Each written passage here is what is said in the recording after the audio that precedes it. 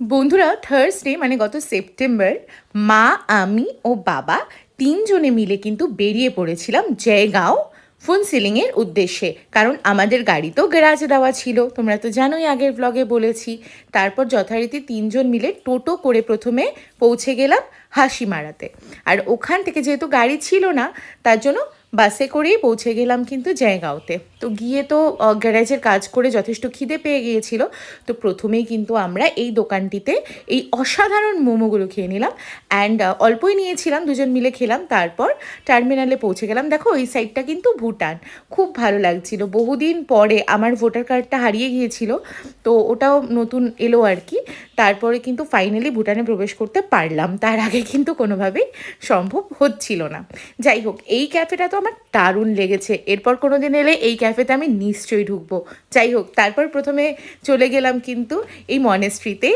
আর এত সুন্দর সুন্দর ফুল মহারানীদের দেখা পেয়ে মনটা তো আরও খুশি হয়ে গেল। মনেস্ট্রিতে রয়েছে বুদ্ধদেব, মানে আমাদের নারায়ণেরই আরেক রূপ। খুব ভালো লাগছিল, আর দিনটি কিন্তু অসাধারণভাবে এনজয় করছিলাম। আমি তো খুব সিম্পলভাবেই রেডি হয়েছিলাম, যেহেতু হাতে অনেক কাজ নিয়ে যাওয়া। তাও কিন্তু পাপাকে বললাম কিছু আমাকে ভিডিওস, কিছু রিলস বানিয়ে দিতে। ফুল ব্লগটা কিন্তু আমি আমার পেজে আপলোড করেছি, অবশ্যই কিন্তু তোমরা দেখে নিও। আর এই দেখো, মা বাবাকেও কিন্তু আমি কিছু রিলস বানিয়ে দিলাম। যাই হোক, তারপর আমি তো কিছু একটা ব্যক্তিগত কারণে আমি সেই দিন মানে ঢুকতে পারিনি মনেস্ট্রিতে, ভেতরে মা ঢুকেছিল।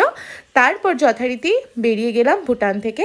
আর এই সাইড দিয়ে যাওয়ার সময় কিন্তু মনটা অত্যন্ত ভালো লাগছিল, কারণ সাইড সিনটাই এত সুন্দর যে কী বলবো। তারপর আমাদের গ্যারেজে কাজ ছিল, তো কাজ কমপ্লিট করে পৌঁছে গেলাম কেএফসিতে, কারণ আমরা কিন্তু অত্যন্ত হাংরি ছিলাম সেই সময়। কেএফসিতে ঢুকে বাকেট অর্ডার করে দিলাম। আর জানোই, অ্যাকচুয়ালি আমার তো খুব একটা কেএফসি, ডমিনোস পছন্দ না, তবে মায়ের খুব শখ ছিল কেএফসি খাওয়ার। মানে এর আগেও সাউথ সিটিতে একবার খেয়েছিলাম, কিন্তু এখানে তো এই এলাকায় তো কাছাকাছি খুব একটা নেই, জায়গাতেই আছে। তো যাই হোক, তারপর চলে গেলাম কেএফসিতে আর বাকেট অর্ডার করে নিলাম। আর তিনজন মিলে গ্রাসে কিন্তু ভালো করে কেএফসি বাকেটটা শেষও করলাম। ট্যান, দেখো বাকেট খালি হয়ে গেছে।